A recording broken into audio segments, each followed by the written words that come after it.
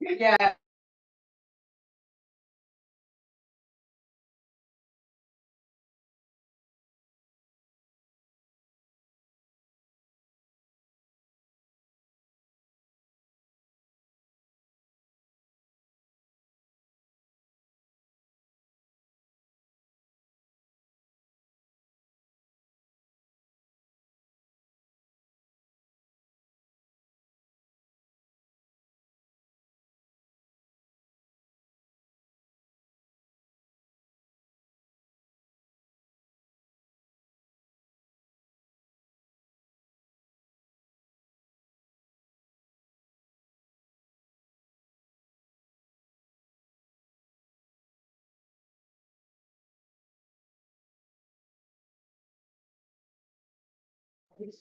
All right, we are. Hello. Okay, I'm gonna call this meeting to order. All right, roll call. Chair Pavlovsky, Present. Councilmember Kavanaugh. Present. And Councilmember Murray is absent. Great. Okay, so I just wanted to get back into having at least a monthly committee meeting. It's mostly gonna be a status meeting. And we'll just bang through these. I assume it will be pretty short. Okay, so first we have RL 25-103. An ordinance to amend code chapter 59, code of ethics to include financial disclosures for elected and appointed officials. I wasn't at the meeting where this was introduced at work session, but there was some kind of discussion over if there was or wasn't a logical way to separate out boards and commissions that have more concerns relating to financial disclosure than others. And I've requested from our city clerk that we get a list of the boards and commissions and which ones have a stipend and don't have a stipend. As I thought conceivably that might be a way of delineating between the two in a non-arbitrary way. So I just wanted to bring that onto the record here. No, I'm gonna find the email here, sorry. Here, I have it up. Okay. All right, so, BLDC does not have a stipend. Bureau does not have a stipend. Joint, Binghamton Johnson City Joint Sewage Treatment Plan, there's a PDF attached. There's a gross annual cap on stipends. So that. Do they already do any sort of financial disclosure on their own? The doing sewage treatment Yeah. right now. Interesting, okay. Board of Contract and Supply does not have a stipend. Board of Electrical Examiners, not a staff member of this committee, but they are paid, there is a payment for them. Civil Service Commission, there is a stipend for that. Commission for the Conservation of the Environment, there is no stipend for that. Commission on Architecture and Urban Design, there is a stipend. Community Development Advisory Committee, there is a stipend. Human Rights Commission, there is no stipend. Planning Commission, there is a stipend. Shade Tree Commission, there is no stipend. Traffic Board, no stipend.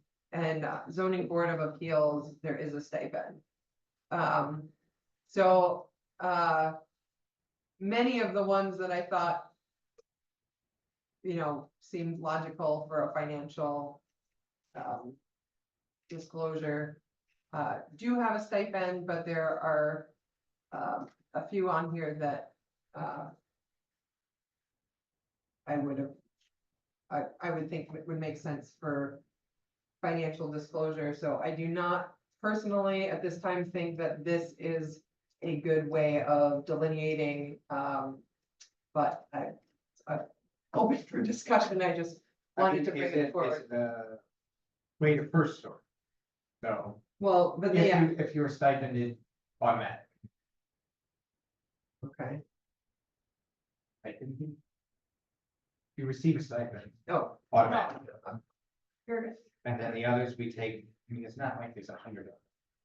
And if we take on a case by case basis. I don't know. well, yeah, but the case by case basis, that's when it becomes and like, less clear and like, I mean, I think things that are basically advisory with no stipend are.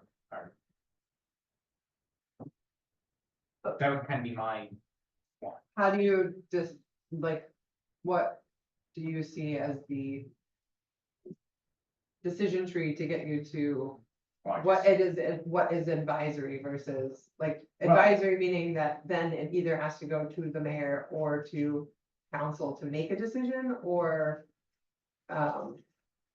like, is it? I guess I'm curious how, you want us to do the chart. it Just.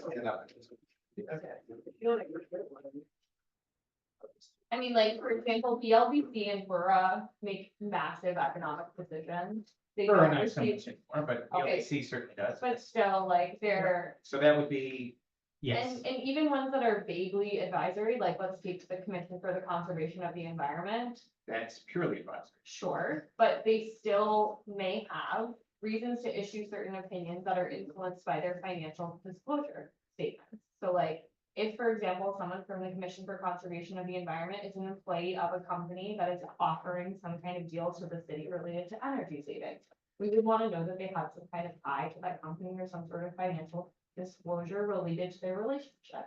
Even if their opinion is purely advised, like, it just seems like we enter into like a legal and gray area when we're making like kind of arbitrary decisions around which board or commission has more due influence than another, and that changes by council.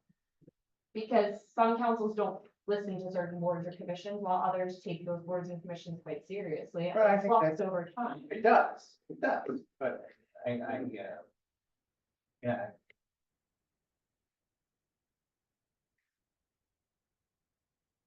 Like, because these boards are advisory, I mean, they don't have to exist, the council doesn't have to listen, they can go and have a meeting with whoever the heck they want. Mhm. And that doesn't have to have any disclosure at all, so the fact that somebody's publicly making a statement on a board or something, I think is public enough, I I think the point is then, at some point though, this is a discretionary decision.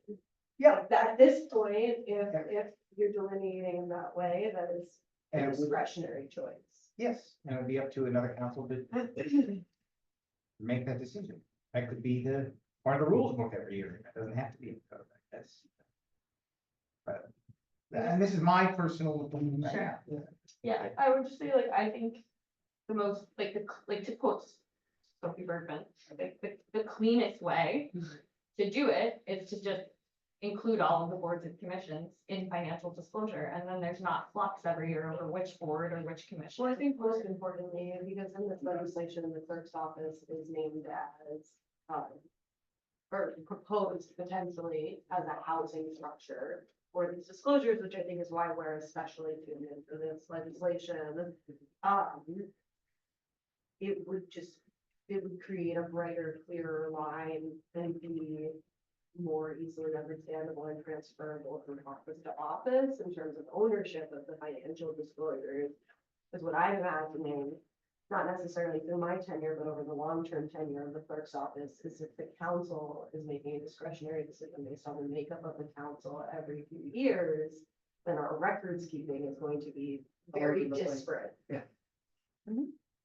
And then like, are you actually going to be able to create a larger bird's eye view, which really is the purpose of the financial disclosures, is to look at these things in aggregate and see outliers if there's constantly these disparities. I think the ability to track the wide variety of input to some of these committees is more important than some minutiae records keeping in the first. Sure. You really, There's some flags. yeah, I mean, I guess I just challenge the assumption that people are going to be so unwilling to serve on a board or committee if you have to fill out a very simple financial disclosure form. Like, we haven't gotten feedback from the county that discourages people from being part of boards and committees. What feedback have we gotten from the county? Just that the Board of Ethics doesn't necessarily follow up specifically on sanctions related to these forms, but that the forms are collected, they're reviewed by the appropriate party within the system works. The system doesn't But you're necessarily have a, asking questions about people being willing or unwilling to serve, I imagine that's an issue. I can foresee it being an issue for BLEC, but we'll figure that out when we come to it. Right. So, I would say President Dundon spoke to the county specifically. That wasn't an issue that they raised. We could arrange another discussion with the county. And specifically, we can even raise the discussion or invite someone from the county board of ethics to have a discussion about it. But I would I don't say, know that they would necessarily know. I would imagine it's people that recruit for things. that's also Yeah. fine. We could, but I just think like making the perfect the enemy of the good here is kind of a problem. Like, we don't necessarily need to, Well, we're making. I think you're the one that's doing that, and that I'm proposing a good solution and you want the perfect solution. Okay, I mean, So- as the council, you always have the ability to roll it back. Right, like if the issue is recruitment is hard, then Recruitment's already hard. all of these boards are full that have the desire to be full.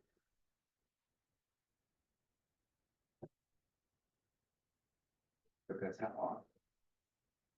There are many institutional obstructions outside of just recruitment.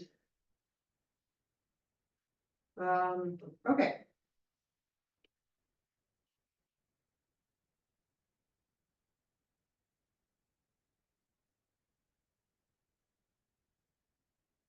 So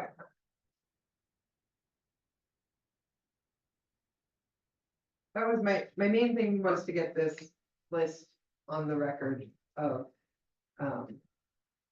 which ones are and aren't stipended, so that people are aware of that and can make their own minds up on that.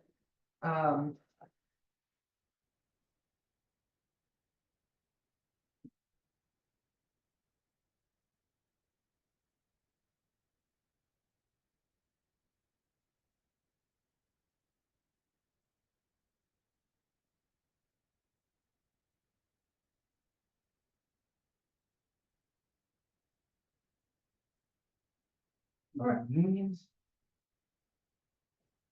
The unions have. Any issue with it? For employees? No, Believe anybody the here. CSBA contract, so the count, like I said, the county already implements this, with no issue that conflicts with the CSBA contract, and we didn't find it. In that, And to my knowledge, just cursory view of that list, I don't think anybody on there is a big member. no, this would be for employees, like, so, Oh, you mean so if there was anybody, but actually, I don't think anyone on on the boards, list. that's what I'm saying. No, outside of boards and Ah. commissions, like even so I think the heads of agencies, departments, divisions, and their deputies and assistants, I don't think anyone here, with the exception of fire and police, who actually have a different. They're also appointed, I don't think they have a different mechanism with their contract. None of these people are unionized employees to my, Well, yeah, because traffic board, obviously, we have, Police are on it. police on it. sure, Yeah. I mean, like, with very few exceptions, I don't think Yeah. that it. Like the superintendent city But street. that's a good question. Think it's union? The No, who? right now, I think Supervisor streets, Superintendent city streets, I think. it's Josh Polity, if I'm not mistaken. No.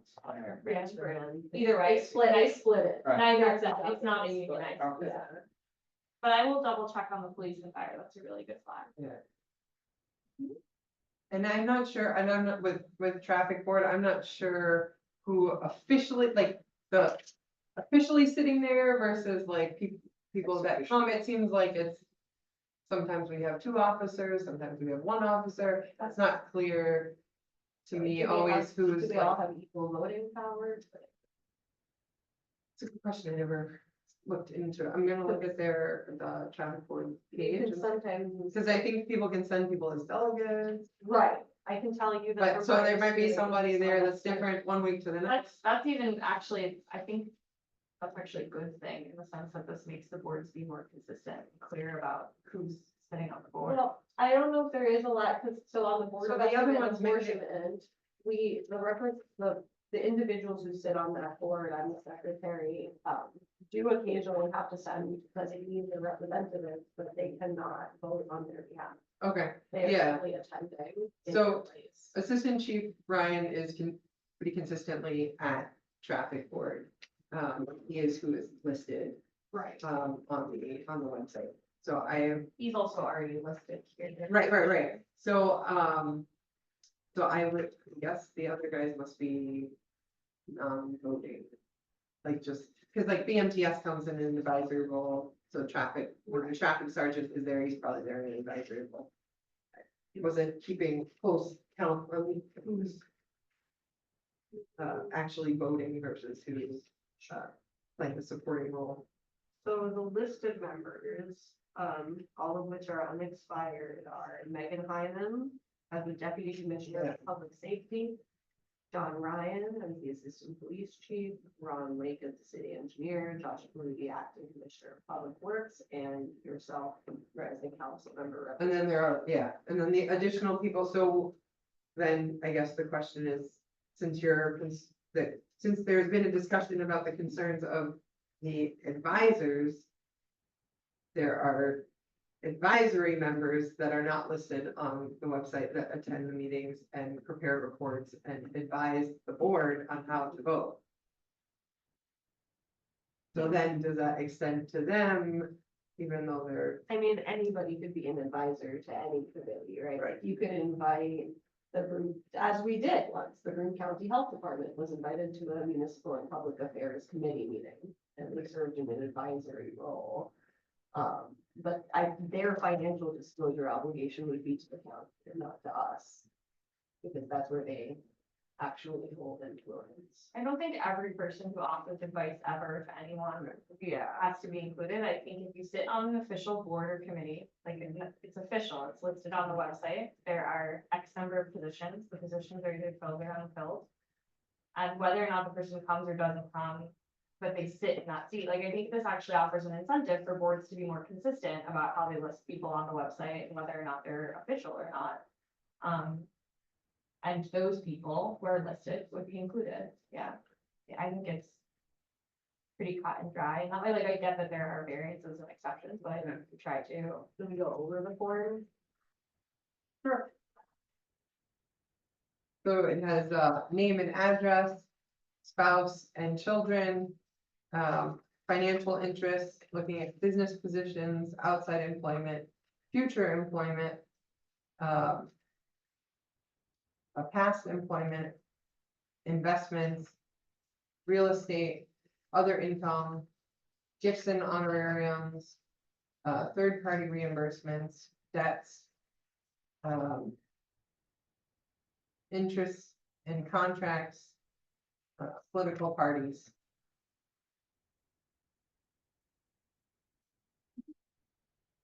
Pretty good quote.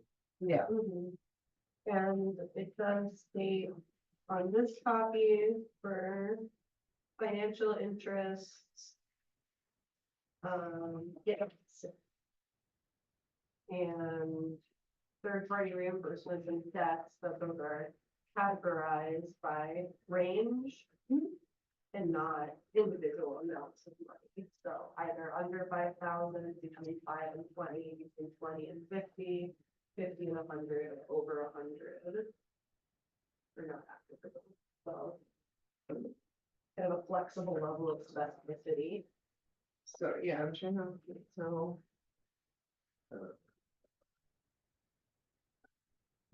Following this, right, so this seems actually significantly less intrusive than the state level one. Right. As a spouse of someone at the university, I have to participate in the state level one.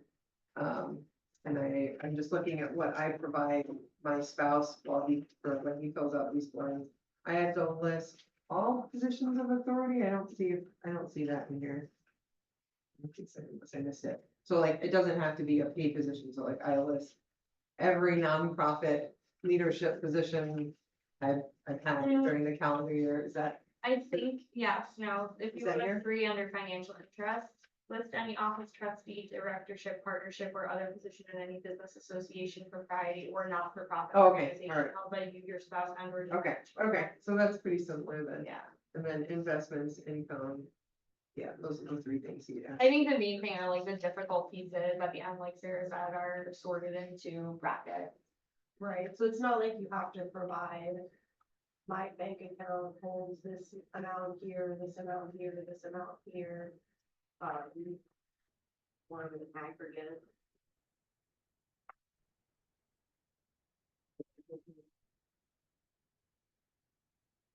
The state, word, if I remember right, asked as, brackets. Provide per, investment account.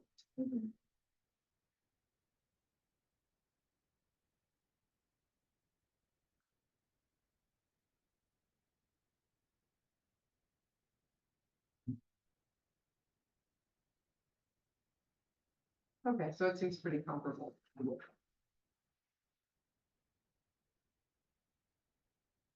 Okay, we're ready to move on. Is there anything on that? Just flagging the difference in the language between what was presented at Oh, work session. and Okay, yeah, Go for it. Now, there was just a discussion about the role of processing and like which office it made sense to house this in. Because in the county, it's housed between the county clerk and the board of ethics, but obviously we don't have a board of ethics here. And the intention of the bill is not to shift anybody's power within the building or, change anybody's role substantially such that it would require local law passage or. So the intention here is just to house it somewhere neutral. The city clerk's office as the record keeping office seems to be the best place to house it. So you'll see 3, 5, 7 are just, which will be renumbered, expected in the final language of the bill. Provide the clerk's office as sort of the home for processing these, and the clerk would be reporting to both the mayor's office and the city council regarding any discrepancies in reporting. And then personnel would be able to include a discrepancy or a lack of reporting in a personnel file, which would essentially just say this person didn't file or this person didn't complete their file. So there's like a timeline in here. Would it make sense for the people on boards and commissions? To just have it as something they turn in before they take the oath of office, like something they hand in when they come into the clerk's office to do that? Just, I mean, for process, it might be convenient, but I don't know if we can make it a requirement, you Yeah. know? I just think a reasonable deadline, that's an annual deadline for everyone.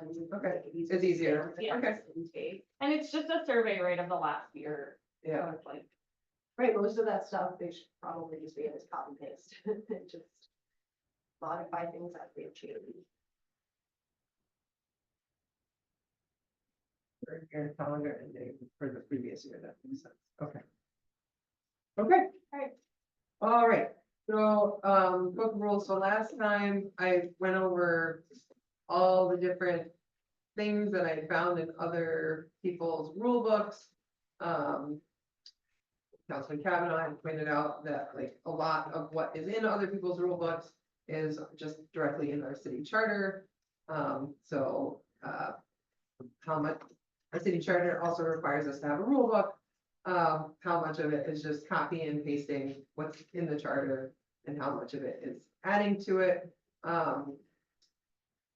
My thought today was just to like look over that list and see if like prioritize which ones we think would be important to actually putting into a first round of rules book for this year. I mean, once we get something passed through council this year, next year we can modify it and improve it, but rather than being in limbo indefinitely, just try and figure out what our minimum viable product is and get it done, and then figure out based on usage of it, figure out what we want to do next year.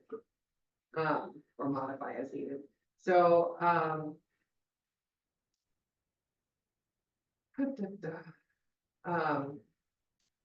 our city charter is pretty lax on discussing what the leadership roles actually are, like they're referenced, but not elaborated on.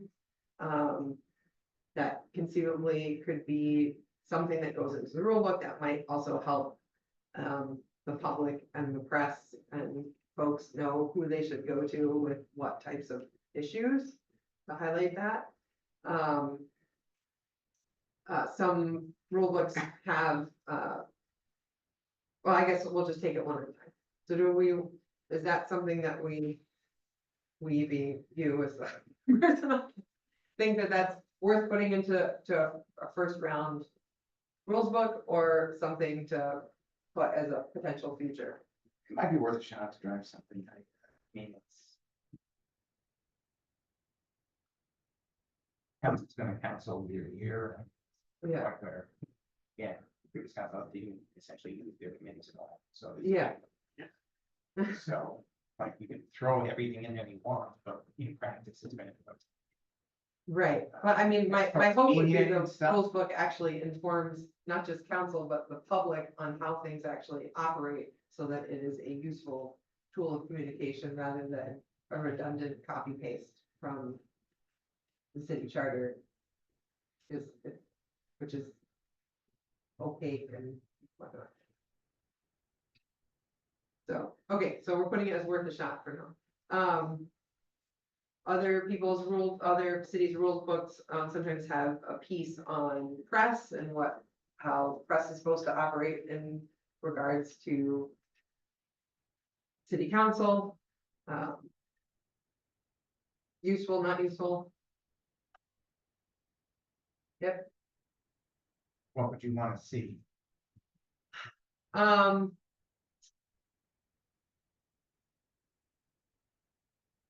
Yeah, I mean, we do have like rules about where press can set up in the room and things like that. Just be probably basic information about that. Conceivably, we could put some encouragement statement on who to contact about kind of what, like, again, if we have the leadership roles spelled out, then that might be helpful.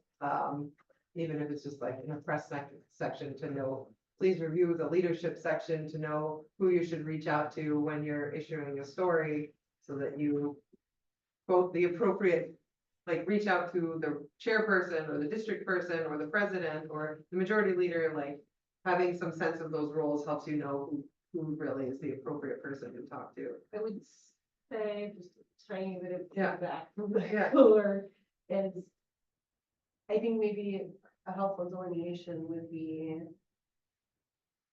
something that is likely to cross presidents. Yeah. Something that is president specific, because like who the media should contact probably depends very greatly on the composition of the caucus at any given moment, who's holding leadership positions and what their availability is like with their work schedule and that type of thing. And so I think maybe something to keep in mind when thinking about the formulation of the rule book is this something that is going to be the preference of the president and majority leader and pro tem, or is it like a norm that a collection of norms that are unspoken but agreed on typically? We have to figure out what those are, so that there's some consistent, right? If we're trying to build relationships with the public and with the press and stuff, having some sort of understanding of what is going on, we need to be building those norms. We came in and we were given, didn't have anything, so we're Right. trying to create that now and to build that consistency, and for people when they take a leadership position to know. Yeah. Again, I'm not trying to dictate what those rules are. Absolutely. I'm just saying, like, I'm saying I think it would be. council members useful. should know lean towards the latter and not the former, because when it comes to the former, then we're pretty much just going to be reissuing the book of rules at the Right. beginning of every session. At the Well, beginning of every year. Yes, we are, and that is in the charter, that we are reissuing a book of rules every year. Ah, Correct, okay. correct. That It is- should be for that year with that particular makeup of leadership. Yes, Okay. so that people understand what is going on and what has been agreed to. Yeah.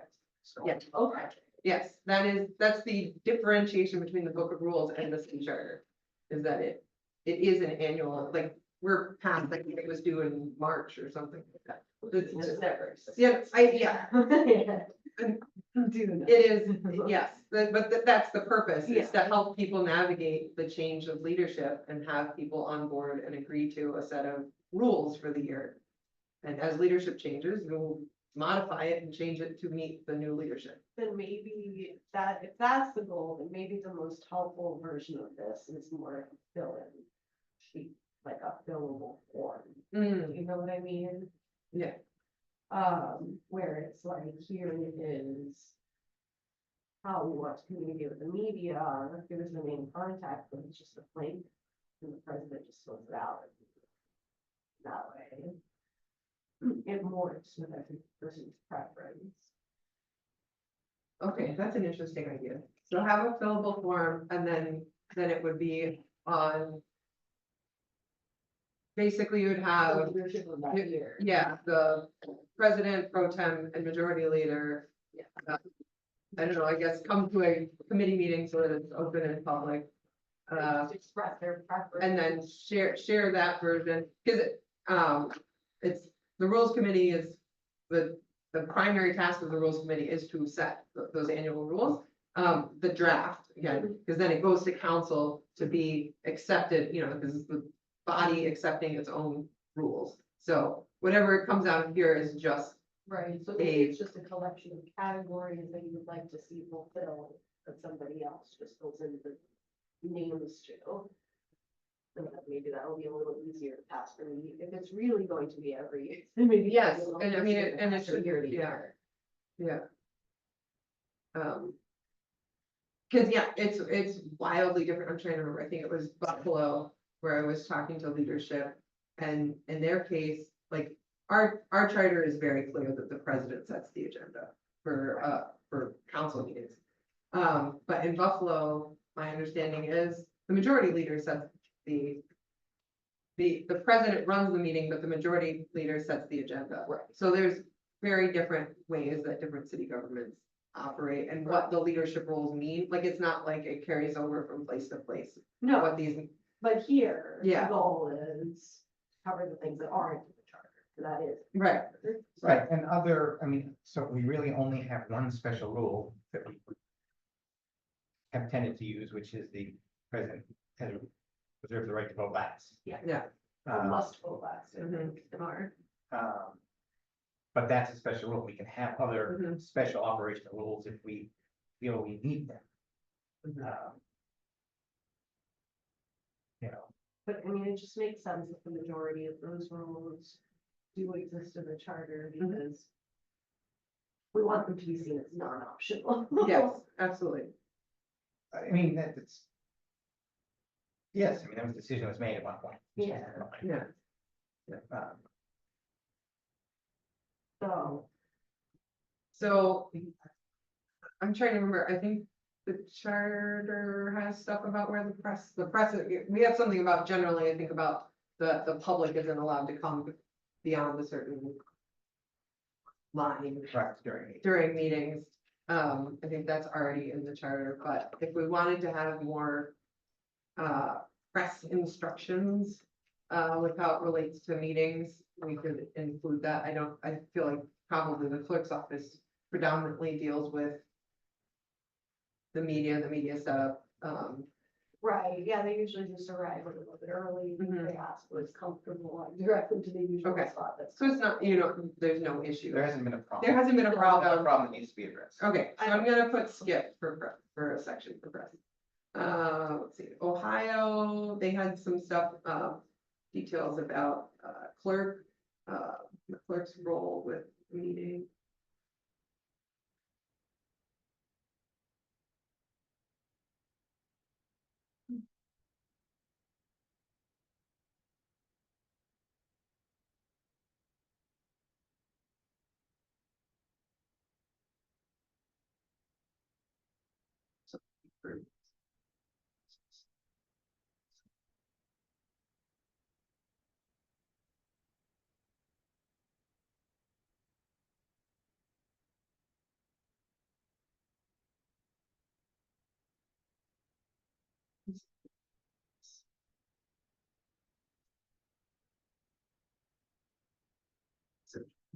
Non-central.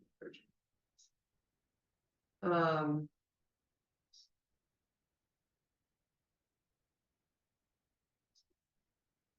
I can dig into the other people's documents. So Ohio, they have the deadlines for RLs in their rule book. We've had Wednesday as our internal deadline. With some flexibility with the discretion of the president. I mean, that's the sort of thing that should be, I think, in a rule book. It's- Right, This is our process that this council chose to have, yeah, periods in black and white. For all departments. right. And including, I think it's fair to continue to include the caveat of, you With the know, president's discretion. with the president's discretion to extend the deadline. You know, in there, but that the expectation is clear, and it's clear for council members, it's clear for the mayor's office, it's clear for the public, that it's always, Wednesday as the deadline. Wednesday at noon or whatever.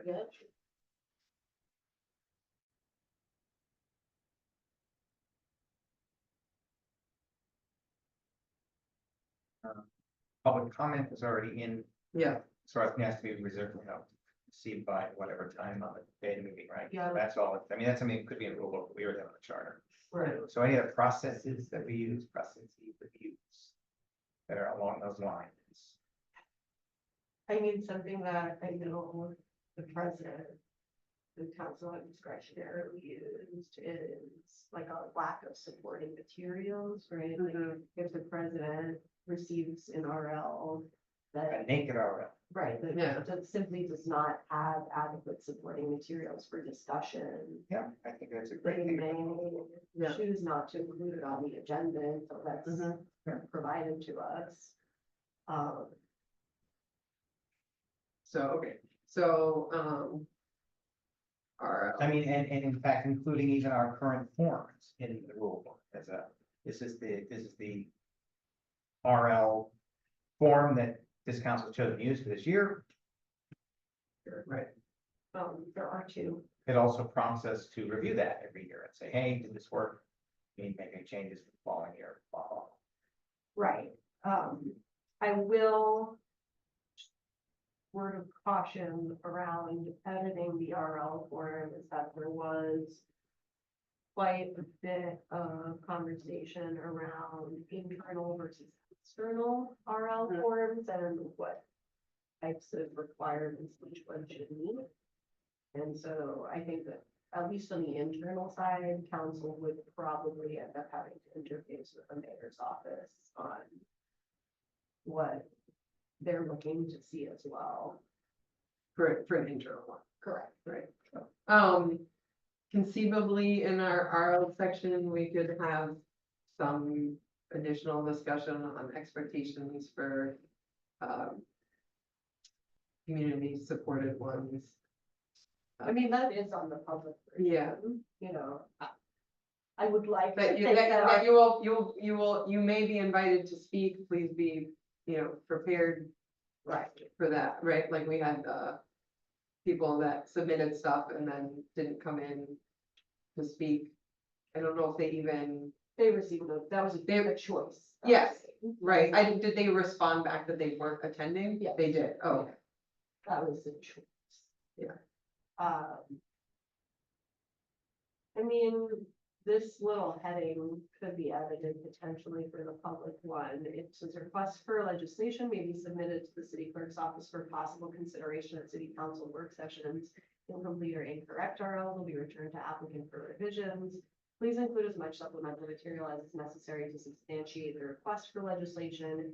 Use additional presenters line to include anyone that will appear to present this in city council work session. So I guess. it's up to oh, you all that's, if so yeah, that feels gets to adequate. an issue that we've brought up during meetings, which is, whether the presenter that's presenting to council is the adequate presenter. That's more of an internal Yeah, I mean, situation. that's not, and I don't think this is something that frankly will necessarily be fixed by guidance on the forum either. No, I'm just saying in terms of the rules book, we're stating the expectations of what we receive from 3 different groups. The community, council members themselves, Right. and within City Hall, I right? think So if it can look complete, like we would never be able to know that wasn't the right person, until they came down and said, I don't know the answer to your question. right? And I think. Which is supposed to be the point of the work session. At least on our side, I do think that what we can do to reduce that is try to send questions ahead of time so that you can identify the I don't knows faster. And then potentially say, well, I need you to bring somebody with you that does know the answers to those types of questions so that we can have a proper discussion. That's, that's But- also what committee meetings are for, so whatever. I think that to me feels more like a stylistic choice. Than is this acceptable or not acceptable Right. as a form? No, yeah, no, I was just thinking in terms of the rules book to have like, are you the right person to present? Like, check in with yourself. Can you answer, can you answer questions about the finances? Can you answer questions about the purchase, the point of the purchase or the point of the change? Do you understand the history on the Right. situation? Like, if you don't know that information, you need to go and research it before coming to present, just reminding people that there's an expectation to come and present. I don't, Right. maybe not, it I mean, sounds like, like, It's I'm kind hearing, of I'm addition hearing, to your homework question. Yeah. like, And what are the expectations once you're on the at agenda? some level, council is everyone's boss because y'all do the budget. But then on some level, council isn't everyone's boss because they directly report to the mayor. So up to you, where you want to draw that line. Yeah, no, I have ideas and I'm trying to have this meeting so that I understand what other people are seeing, feeling, thinking. So that we can get a proposal that makes sense to more people than just my brain. Okay, so rules review, annual meeting, okay, holiday schedule. So some of the rules books have things like the holiday schedule or the calendar as part of it. We have the calendar in a different spot on their site, so I think that's okay. Executive sessions, I don't know if we want to expound on that or clarify that. I know, Sam at some point, suggested, and I did, sit in on a webinar on executive sessions and, the broader topic of, open meetings law, but they talked about how one of the biggest violations of open meetings law is executive session and how that is communicated by the president to the people that are in the public, and how much information is supposed to be communicated, and the answer is generally speaking, and this is not reflection on Binghamton, this is what was being said for a group that handles many municipalities, that the reporting, the minutes, people tend to not put enough for open meetings law relating to executive sessions. So, We've overall been very sparing in our use yeah, of executive session, which is good. But, but I think it Yeah. might be helpful for us to have in our rule books guidance on how to handle executive sessions so that we're and specifically when. being as broad as possible and giving people as much transparency as we can. And not having to make those decisions in the moment, but having the guidance as part of our rules. I don't know, throwing that out there as an idea. Is that interest in trying to develop something like that? I mean, it's up to you guys. I think it's useful. Yeah. No. have the guidelines there of what needs to be reported on return. Yeah, Executive session. okay. All right, so that is something that we'll follow up with. I do think the only, I think, my only note on that is there are a lot of parameters that exist within laws that are not in our charter, like state laws. Yeah. And open meetings law. So maybe it's worth quoting those to remind folks, but I'm not sure that if, once you review those laws, whether or not you'll feel that additional specificity is required. Because the level of specificity that is required does, if you approved a settlement, that is supposed to be stated onto the record. If you made a decision inside of that room that is legislatively consequential, that has to be stated for the record. So, maybe just restating that more clearly in a place that's easy to find. Yeah, and let just that that both there's extra layers. council members and the public can easily see what is the expectation. Right. Because digging through state law and the charter and the this and the that to see whether or not people, I mean, there are obviously people out there that do that kind of digging, Right. but I think it would be much Right. easier to Yeah. figure that out. And since this is a transparency oriented council, that, we make sure that we're figuring out guidelines that both protect the city financially and legally and all that, but are maximalist in Right. terms of transparency. Right. So I will follow up with our acting court counsel on that. We have a lot of different things in the charter that relate to dates and things. This, we were fumbling our way through that last year.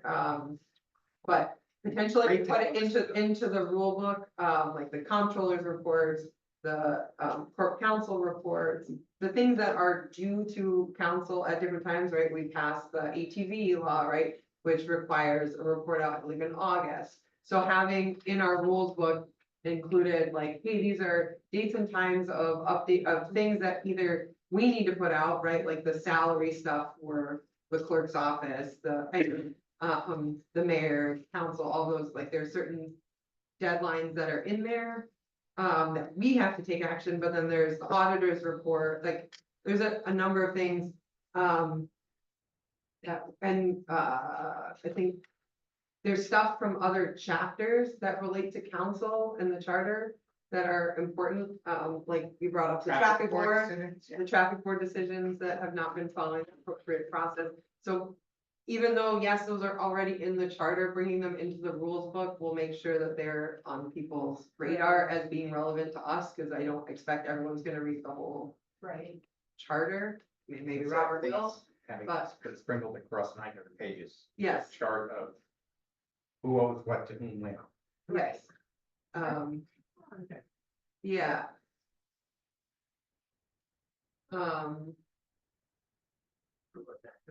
Calendar is also a helpful vehicle because it's outdated here right here.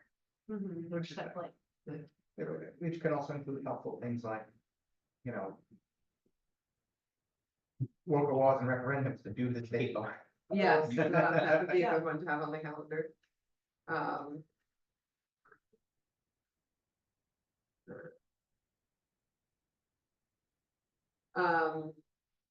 So we had another topic that was in other rule books, was about communication from, including from mayor to council.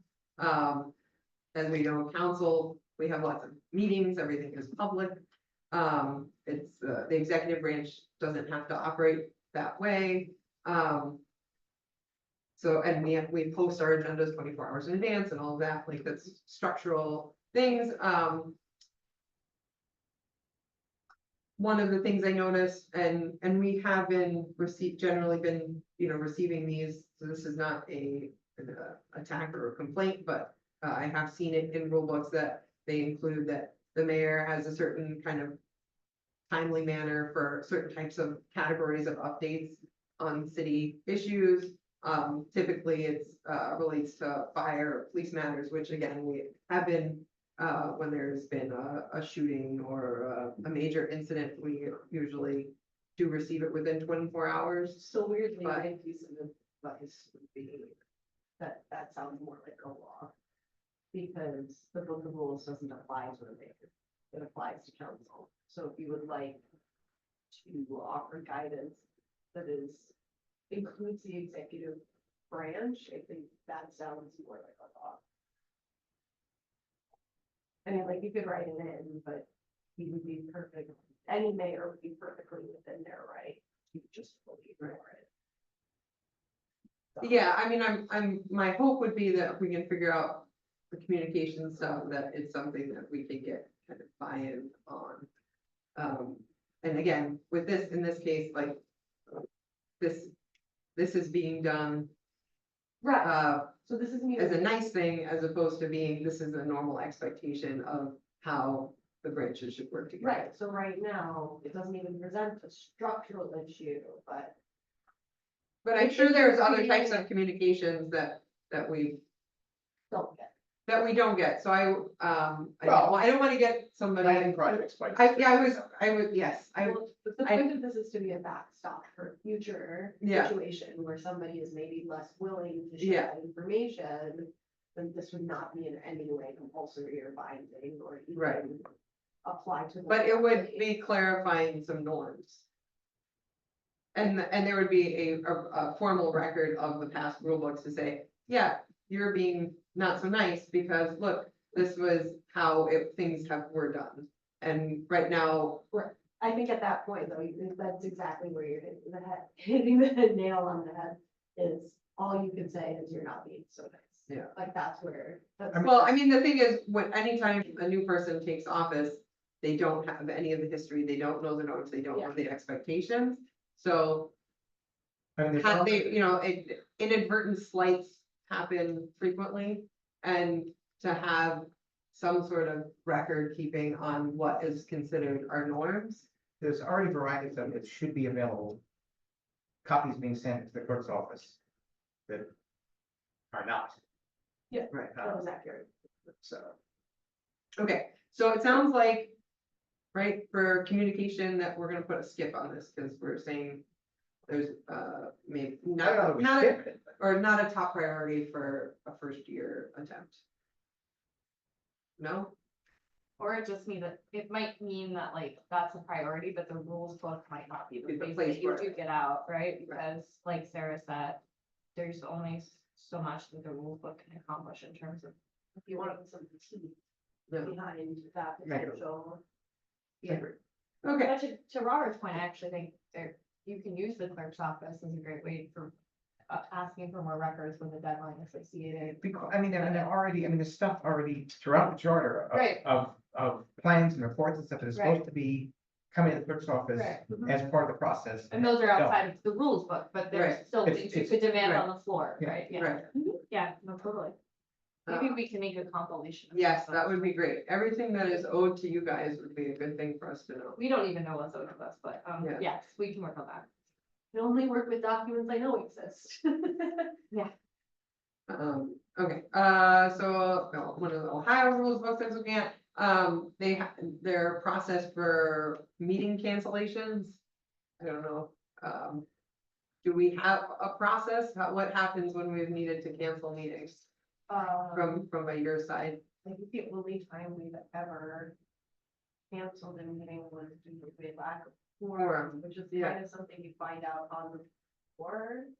And- You know, that's not something Didn't you you always once- have to. Yeah. Gavel meeting and gavel it right out, Yeah, something like that. Yeah, When but did due you do to that? lack of, we like Yeah. gavel. We knew it, but somebody stated there showed was up. a lack of quorum, and then moved along, but I wouldn't say that the majority. I mean, it's possible that we would know ahead of time, but it's also very possible that we wouldn't know ahead of time. Right. So I don't know. That feels like, people are absent. That's not, we need to cancel a meeting ahead of time. I would say, so it hasn't happened during the yeah, if we If were it were to to cancel happen. the meeting, if that was planned and scheduled for a reason ahead of time. I mean, we would Let's communicate say, that for to example, IT. the it week would- of July 4th. I'm gonna be out, how many other people are just gonna be checked out and not Great question. around? No idea, but I know other boards and commissions have canceled their meetings, traffic board has Yeah. canceled their meetings. On the fourth, or just The after? third. No, better. Traffic board has canceled their Yes, meetings. yeah. And it's the same public meeting structure essentially in terms of open meetings law. I think what they do and what I would do in this case, I can't speak exactly to their process, that they would notify IT so that the calendar would be marked canceled. Mhm. And so that somebody could go view that if they were to publish it in on the meeting, it would see that it's formally canceled. And then every other reflection of that meeting it would retain the meeting information, so see nothing front of it. Here's a kind of silly question, and I apologize if I'm missing something. So like when ENA can, like the other boards and commissions, the president has full discretion to cancel the meeting. The chariot. Yeah, the chair, whenever they want. Is the same true for the council? Like, let's say right now we have a council that's all one caucus, right? Yeah. But like, let's say we had a mixed council. Could the president just be like, we're not meeting this week, forget it, I don't want to. No, because we set out our calendar at the end of the previous, like, they voted. voted on the in. calendar. But how beholden are they to the calendar? Like, what in the rules book says that you can't change the calendar?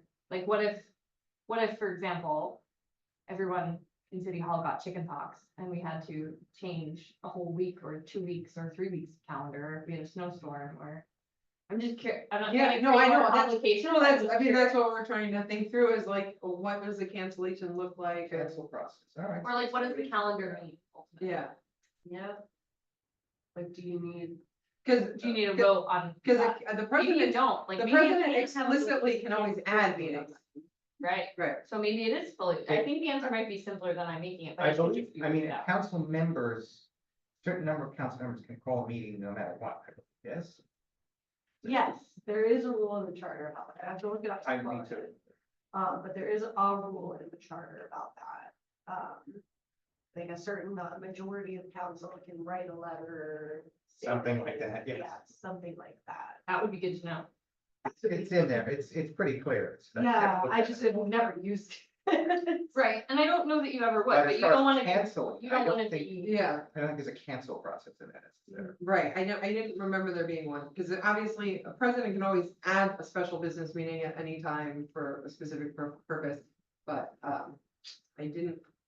I don't recall anything about canceling, and so it stood out to me when I was looking at Ohio's rule book. The president of the council or a majority of its members may call a special meeting of the city council by causing a written notice thereof, specifying the objects of the meeting to be served by the city clerk upon each member of council personally or by email and directed to his or her place of residence or place of business at least 24 hours before the time fixed for such meeting. So a majority of council may also call a special meeting. Okay. And I mean, the same. Yeah, so- rules apply to what- Which which is important because, if the president has significant health issues or something, and there's something that requires a special meeting, and the president is not able to be, I mean, it's. If if it- the meeting gets canceled and a new does it get rescheduled as a regular meeting, or does it become a special business meeting? I think it would have to be special Yeah. unless we did what. Which happened would- last Especially year. business meeting to schedule a regular. Exactly, Right. unless we mimicked last year. right? To have Because, a regular- yeah, because a special business meeting does operate differently, So because we do maybe a not real have, cancellation policy could solve that problem, when, like. I mean, because it a has special happened business one meeting time. doesn't allow for real public The comment, president and the. so it is a pro tem different meeting. Were absent and the majority leader had to serve. There is a world in which the three people that are sick are the president, the pro tem, and the majority leader.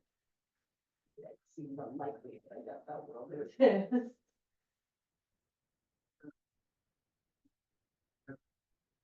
Sign out sheet process. So I had like a note in here, holdovers from previous year, new number, new sheet, sign out again. Like, it sounded like you guys have a process for handling that, right? We voted at the end of the year on what we wanted to Yes. hold over, but I'm not sure that that's clear and transparent to council and whoever might be interested in how that works and how those numbers change and all of that. Believe that Is is that- also in the charter. Oh, okay.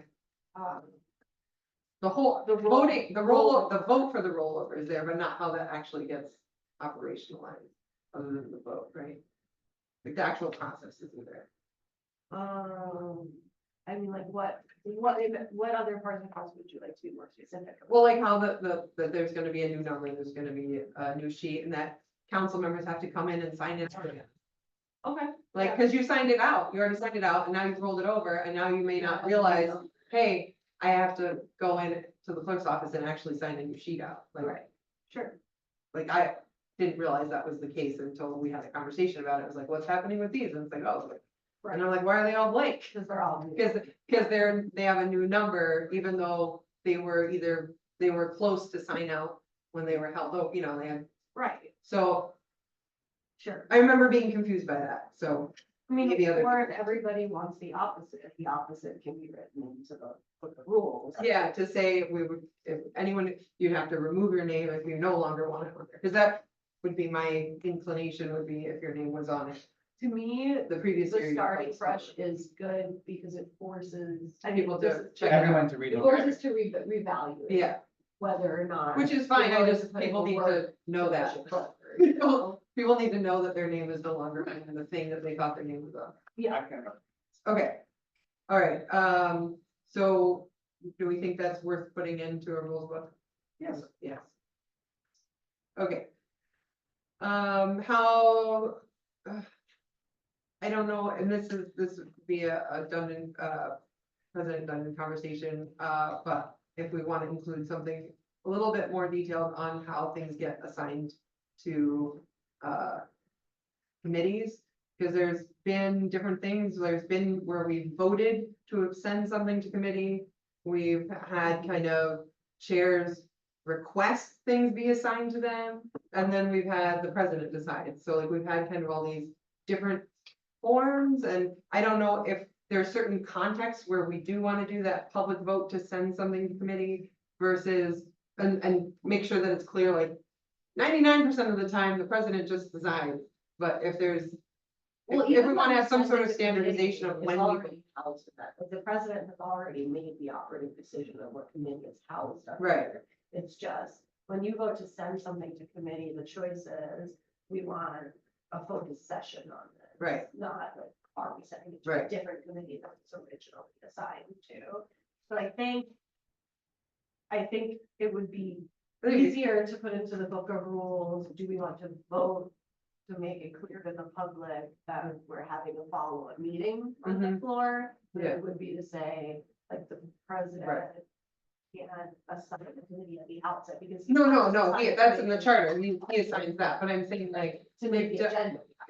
yeah, right, but like, it hasn't always been clear to people in the public when something's in a committee, if work is actually going to be done on it, or like, and when we vote to send it, then it's like clear, like the council wants a For what meeting. it's worth, I but- don't think it's always clear to the council at the time of the vote. Yeah, So I don't know if Yeah. it's Yeah. possible. I think that the distinction is just if something goes to the floor, it can't move from the floor without it being voted on versus if it doesn't go to the floor, and the distinction of if it goes to the floor or not lies solely with the president, like that's Right. clear in the charter.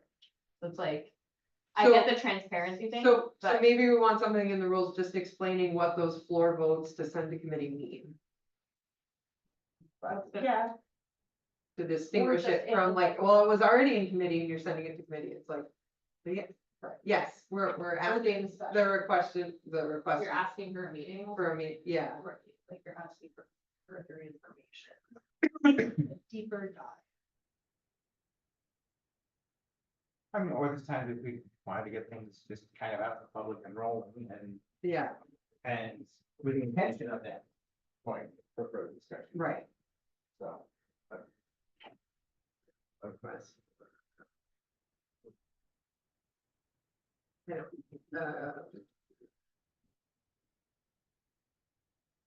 I had a note on like potentially wanting to include something about onboarding. It's not super relevant for this year since our new member is already on board, but Right. some sort of inclusion and like if figuring this rule book would be part of a welcome package, as for example, if someone else steps down and we have a new person on council, like that they're kind of given this overview and, could conceivably have a little bit of a onboarding checklist for Right. council. I think Useful. the problem, the potential problems that I see are how many departments have buy into that process that are outside of our control. Mhm. Like, you cannot effectively onboard a council member without IT and personnel and corporation council, like all of those entities. You know, But you mayor- feel like at this point, the clerk's office is able to help steer new council members through the process? We segue. Because obviously, when we first started, no, we were all new, and it was, Yeah. I we think, were all, that's why I was like, do we have, I mean, maybe this is just a question that, does the clerk's office have a checklist of what needs to happen? yeah. That will be passed down if either of you Yeah, leave your role. Acquisition board that really, that the entire building needs to use that contains, excuse me, a checklist. It's perfectly adequate, I think. Okay. So you have a checklist. and- Yeah. And it would be something that you would pass down to whoever the next clerk is, I mean, the regardless of personnel- party. They would have personnel- that The information. personnel office produces it, sends it around, so it's not even something that we have. ownership over. Again, when we came in, Yeah. HR was basically like, we don't know what to do with elected officials. Yep. It was impossible to get basic information, I had to and go dealing through- with just getting sworn in and all of that was a big challenge, and I just kept getting hit with the wall of, well, you're not like other employees, and we don't know what to do with you. So I just wanna make sure that was worked out, and if it isn't worked out, then we should work something out, and then the question is, should that information live in the rules book or live in the clerk's office just as a Well, I separate? think that I think the paperwork stuff that is worked out. On the legal end, I think that's gonna be an ongoing conversation. So, yeah, I think this is another good example, just to be quick, because I know you're Yeah. having the time, of where the rules book doesn't govern that process, unfortunately. Yeah. On the paperwork side, yes, it's sorted. On the legal employee status side, that actually needs to be. There are worked out in greater the charter. questions that cannot be addressed Yeah. via a book of the The same thing is true for hours, record keeping, a lot of things related to employment status for council members and for the clerk's office that needs to be sorted out, but not in the rule book. Okay. unfortunately. Yeah. All right, so unless there's anybody else who has a different perspective, I'm gonna put skip in terms of for the rule book. Kingston, this isn't in their, it was in their rule book, but on their website, they have a list of, a liaison list for council, because we have our official committees, but a lot of us serve on other boards and commissions that we're there in our capacity as a council member. For example, I sit on the ACA Refugee Advisory Committee, right? And Yeah. their previous grants required that an elected official sit as part of that quarterly report out, right? So was there in my official capacity. Right. Now we're continuing those meetings, but it's no longer required because those grants have been terminated.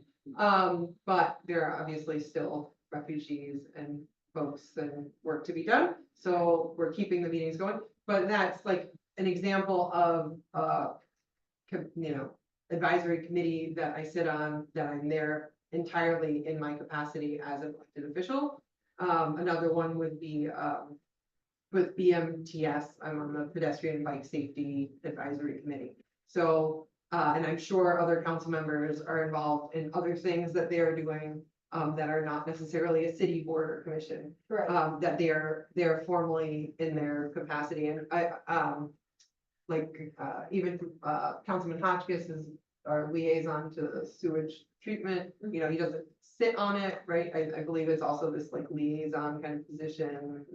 I mean, we assigned that position, I think, every year at the same time as we So- assigned Todd. and- Yeah, but it's not listed on like the website, right? It's on your calendar. It's on our calendar, but okay, okay. So I anyway, don't know if it's part of the sewage treatment plant charter, I guess. Right. right, it's not, think it's, it I think it's, I think that's I why think it's it might on sound our like calendar, you're right. yeah, So. I could double check, but I think it is. So, anyway, my point is that they have, this was Kingston, they have a list of common council liaison appointments. So that it's clear and transparent to the community who is the liaison to what, again, trying to get it so that the press, constituents, people in the government know who to contact about what types of things. And that is in addition to their common council committee appointments. So I'm just throwing that out there as maybe either something that we have on I our don't rules think- or on our I website. don't think it's tremendously likely that almost anyone's going to look at the internal rule book or. For something like that. Yeah. So maybe something for a website update. Definitely Can we other, segue yes, all right. the update? All right, I will come back to these other ones at a later meeting. So we have, updates regarding city council social media. We had talked about rolling something out in June. It's June, so I wanted to check in. I know there were some other things and onboardings happened in the clerk's office. Yes, I don't think it's going to be rolled out in June, but we can roll it out soon. We did have a meeting with IT about this to follow up, and it sounds like it's not going to be able to be housed under any type of current City of Binghamton social media structure. That's disappointing. Why? Yeah. Because I really wouldn't want it tied to an individual account, because the whole point is that it would be in perpetuity for the clerk's office. I mean, there are ways to transfer ownership of accounts, but I think the point is that currently the IT department would not be able to be put in a position of discretionarily deciding what does and does not count as political communication. I mean, again, I think what we're proposing here is just the agendas, videos of the meetings, which are already, those things are already housed on other city platforms. And then, flyers for town halls, which are government events. And potentially, and we could, if it's too controversial to have parade photos, if that's a bridge beyond, if that was just something that I saw that Albany does do, I think those are Again, all it's- perfectly reasonable things to have on a council social media page. I think that this is a conversation that would have to be continued with the executive branch. And not this office or the IT department, really. That was the gist. what we got from it too, is they don't feel that they're in a position To to decide. make decisions about Yeah. what can and cannot get posted. That's our job. I agree with that. And we're not in a position to ask, like, we can't get them to make a page. Right, For as their direct supervisor is the executive branch, it has to be So we done with need- their blessing. We need a law. Sure, if that's the way that you would like to go about it, then you can do that. We will legislate ourselves a Facebook page, apparently. We've come to that. Although, Right. nothing, I'm just. I mean, what I'm thinking through, of- I'm thinking through executive branch powers, that's all. Right, what I'm thinking of is kind of a conversation that we've touched on very similar matters, but in different sectors, not relating to IT at all. Which is ultimately the legal guidance seems to have been up until this point that the executive branch dictates how hours are spent by employees. Yes, but I Every think- employee of the. But city. they're not the ones But- doing the posting, the clerk's office would be doing. but let me the give you an posting. example.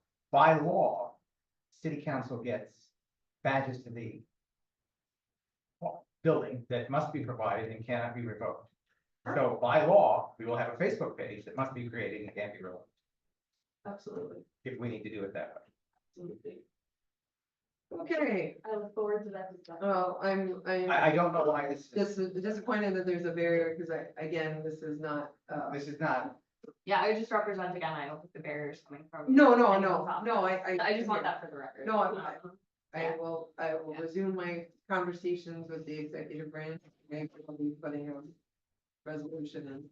Okay. Yeah, all right, general code update. Okay, so I actually spoke to them very recently, a couple of days ago. And we are in a phase where we are working to get them the copies of everything between 2008, which was the last legislation that they received from the city of Binghamton in 2020. In full form, so that we can ensure that there are no gaps or inaccuracies in what they're doing. So we're creating an internal process on how to transmit those documents to them. We have a method of transmission, and an idea for how we can ensure that. So we're just gonna try to get that done as soon as possible.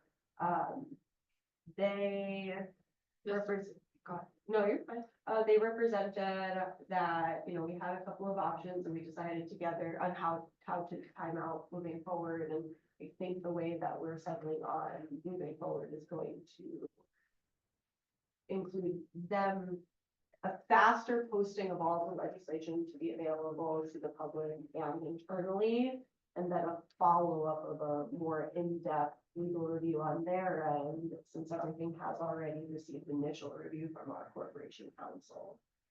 So we are still falling within the time frame, and I've had to pull up the proposal to remember exactly what it is that they quoted within the proposal. It's looking like there's gonna be a first phase where everything is accessible, and then the second phase where everything's streamlined after legal review. Reviewed for consistency, like discrepancy, contradiction, that kind of thing. But for right now, we just want everything to like physically be in one place and combined. And so that just requires, like Sarah said, like essentially what we're doing is looking at the legislative database, comparing that to the drive, and then comparing the drive to the physical files, scooping all of that up together, which I've started doing, putting it into a drive for them, and then they will combine all of that into something that's accessible on the website. And then there will be that secondary phase of deep legal analysis and review On their end. And is it also scooping whatever was submitted to Albany, right? So didn't we have that, Yeah, Right, so we also need it's to local scrape- law. right? We have But the, there's nothing that's submitted to Albany that isn't submitted through us, like it all goes through Well, our internal process. what do you, sorry, what do you? so, when we kicked off our term in office and we had the lawsuit,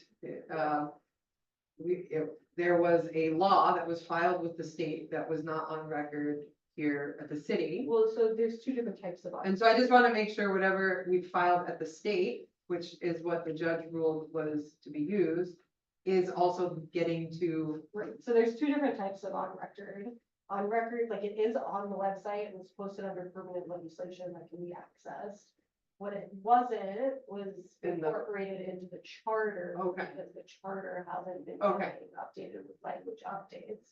So it was accessible somewhere on the Okay, website, but it's all right. not placed So, into. I just wanted to make sure. Only if you knew to look for. But no, Right. 100%. So I'm not we saying do that's not even know what to look for, and Okay, and the only way okay, that I so- can is exactly the process I outlined, which is essentially, what I am doing is scooping or sorting every single piece of legislation, if we can use the term piece, right? So every time an intro was proposed and a Right. permanent number assigned, it was allegedly put in a database, and then allegedly put in the drive, and then allegedly kept on paper copy. So I am comparing what is in the legislative database, what is in the drive, and what I have on paper Right. copy to ensure that, let's say there's 200 listings of introductory legislation on the database, 185 in the drive and 165 in paper. I want to find those discrepancies, identify them, and send them over to general code. Right. Well, I'm Well, happy that the example that I came up with Right. was already on the website in some capacity. Yeah. So It's we just- believe that we are getting Yeah. all of the Right. laws. There's no through this way that a process. law would have been sent to the state without also being recorded in. It's just that the charter didn't Yeah, reflect them. yeah. And that's where the end goal, right, of this project. Right, it's- But, But for now, it's the paper collection piece of it is happening. but for example, like traffic board changes, which are laws, essentially, Nowhere. nowhere. But we've never received that. That's never been submitted to the clerk's office. So Right. it's not that was collected and then not made available. It's that at some point, there was a breakdown in communication, I think, where the idea that they had to be collected in this office was Right. lost. Right, And I think that's worth revisiting. Because like, where are those decisions, where, Yeah. like, they don't actually live anywhere, like. It the seems traffic it's studio- minutes. The I would same thing assume is true just for minutes. planning, like, I think that that's like, that's a very valid concern, like, and I see that as a branch off of the project, I think for the immediacy of the moment, like, just. Right. For nothing, Well, the charter is a main document first to hit. we made I some mean, votes future today, applicant traffic we made board votes has at all traffic the board minutes. today. So the traffic But like the board stuff- information needs to get to council during that 30-day window. For council to reconsider those votes. I mean, in essence, the only way for us to also come into compliance with traffic board is going to be to audit every single set of minutes since the last time it was actually in, right? Right. Which would mean, so again, Oh. if we did if we did boards and commissions and that kind of auditing, it would require an addition to the contract that we already have. Right, It's but, not but, even- but traffic Traffic board board. specifically is basically taking a function of city council Yes. and doing it. It's something we could Yeah, essentially take I back. understand. that. Whereas planning That's state is its law. own, yeah. And then I think that city council then has to make a decision Right. of, do we actually want to reconsider the last 20 years of traffic board decisions? Or do we want to review the last 20 years and have the potential to reconsider the last 30 days? Like, how seriously would you all like to approach that project? I mean, at some point, we've got to get right with Jesus here and all of the changes that have been made need to be reported properly. Right, they have to be I'm not recorded. saying we have to go back and review them and we Yeah, can't. like, I mean, it's a that 30-day that window, is, but- But it that's should part be- of the That's what question. the current code does. Yeah. But that's part of the question, I think, is. That are you don't think trying that to the give current yourself the contract opportunity? includes No, the charter So updates we for do it that way. the. No, not- I just want- I don't know, but I don't think that's how we envision the scope of work for the first phase. Right. Of like going through board and commission minutes, because the clerk's office doesn't have to make, and like, look, they're publicly available record. But the way that we foresaw this first phase was the record keeping responsibilities would directly sit in the clerk's office, which are all copies of permanent legislation. Currently, I think I would, That's a big big enough enough ask, familiar yeah, so. with how the traffic board even ideally would transmit those decisions to the council.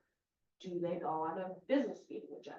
Do they go on a work session agenda? Do they just get emailed out for discussion and then it's if nothing is heard, it's assumed to be fine, like a permissive structure? Right, and I can That structure would be my something council that could be meeting. in the workshop, you know. Yeah, This year, Maybe- council I wants would to. have maybe to say, just a friendly suggestion, that maybe that should be a law next to the traffic board law, which states that they should be given to us. It should just specify how And when. and when, because, I don't, Yeah, I don't because think it's a good we idea just- for that to change from year well, to year. we because just it's hard voted- eventually. it's June, and we just voted to approve the minutes for March. So if they're waiting to send anything to us after the minutes are approved, well, now that's well beyond the 30-day window for changing things. Well, the decision is made as a vote is taken, How not is the minutes. vote? How do they record votes? I mean, I can show you the minutes. I mean, I've been there, I mean- but I'm just not like, Technically, it might even does roll call, right? Yeah, Yeah, so well, I, no, it's usually all in favor because sure, it's usually unanimous, but Sure. I would guess that they would go roll call if there's a contentious. the point is, the decision isn't made when the minutes are approved. The Right. decision is made when the vote is Right. taken. Right. It's the responsibility of the person taking the minutes, to take accurate minutes, but the decision was taken that day. Right. Not a month later. So it may be that in our rule book that we give some guidance to the person on traffic board who's on council to say that it's on them to present the voting record What if of you're what absent? happened. it shouldn't have to be though. It But what should if be you're absent? part of their process. I think it should be the But- secretary of the board. Secretary. Tito Martinez. Just in the same way that I send out minutes as the secretary of ENA to the members of ENA prior to our following meeting. I'm just saying the minutes, there's a large delay in the minutes that we have, since we have a council business meeting every 2 weeks, the fact, Well, probably- the delay is voting on it, it's not producing it. Right? yeah, In theory. I don't, in theory, mean, I don't it's- know. We should send an official letter, or the president then should send an official letter to Tito as secretary of committee to tell him that decisions need to report to council. And this is the format that we would like it to be reported, in, Yeah. because there is no current established format. And You know, before the next council work session, essentially. yeah, I think that's a reasonable deadline. Well, it's this Monday. that's fine. I mean, just the decisions, not the full minutes, like, Right. I guess, you know. I mean, you don't, to populate the work session conversation, you don't even need the decisions. You only need the vote, like, you knew that these votes were going to be taken, you know what I mean?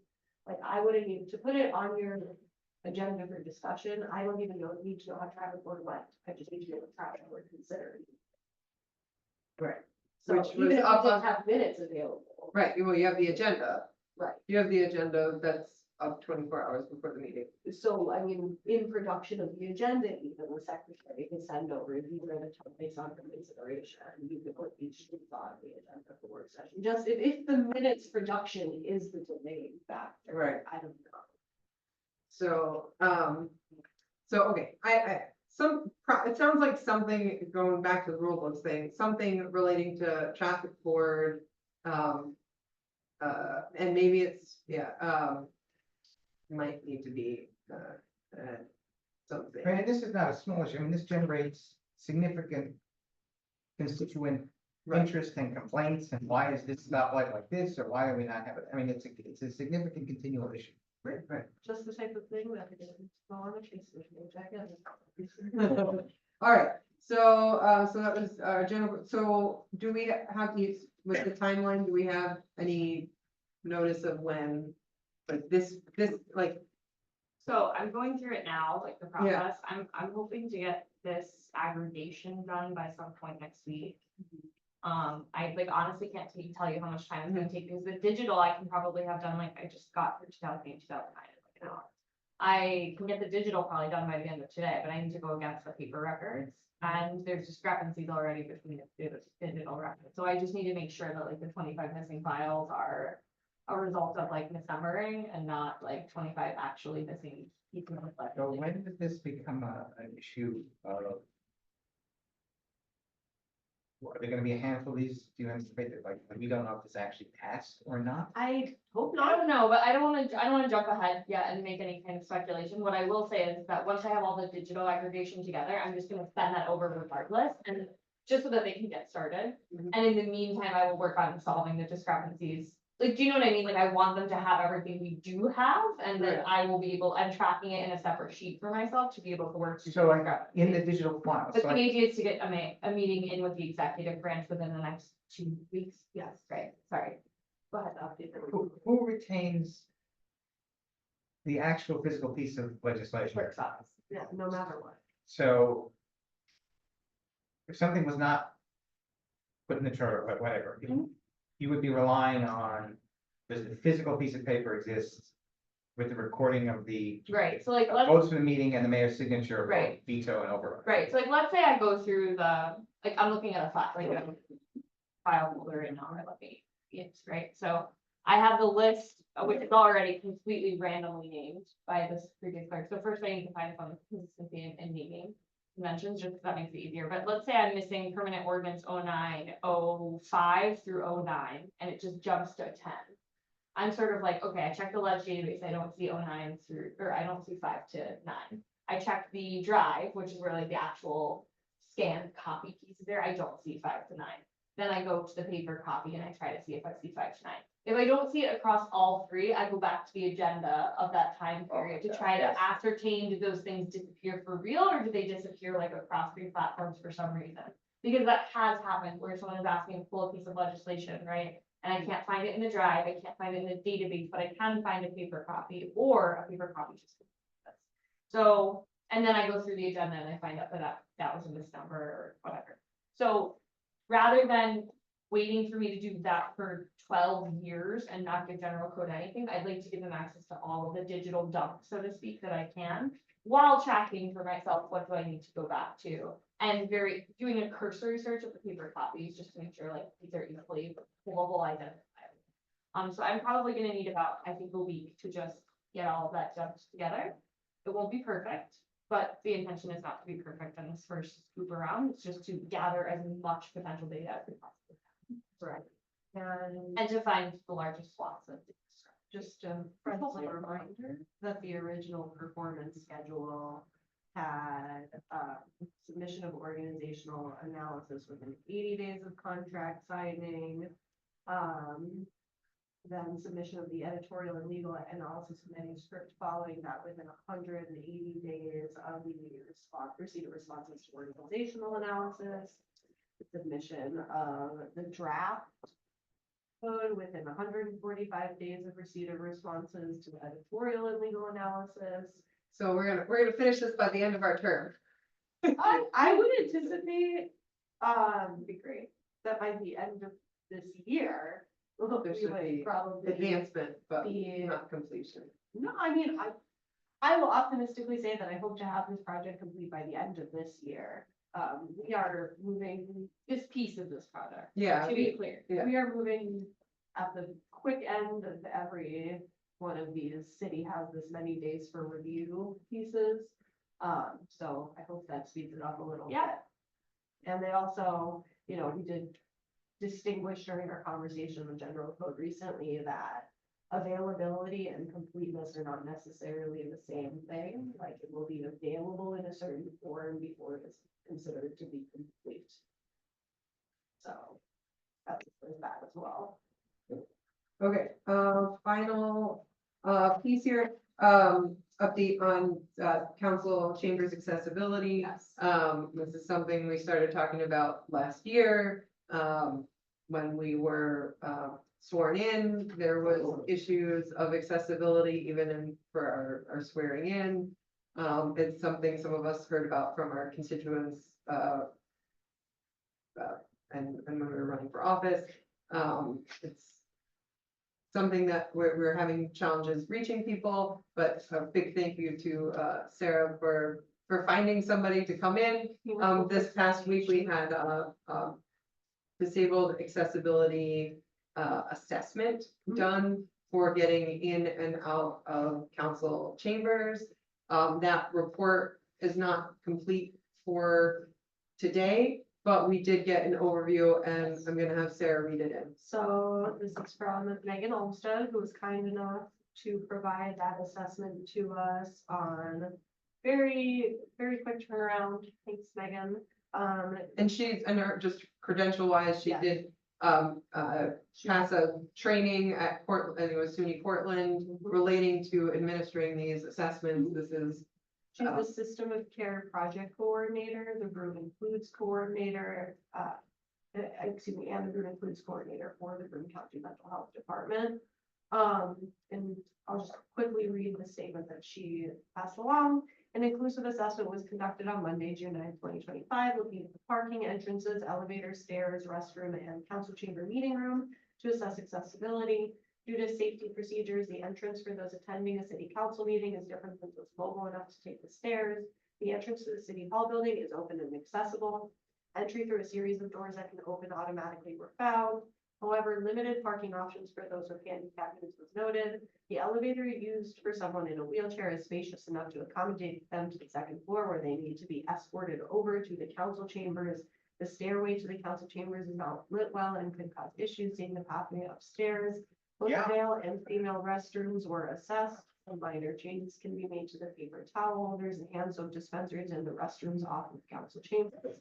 These changes could make them more accessible for those with walkers or wheelchairs using them during open meetings. The most accessible restroom for those in a wheelchair are the ones located on the second floor near the elevators. The stalls have enough room for a wheelchair to maneuver and use the facilities. The restrooms off council chambers are too small and cannot accommodate these needs at this time.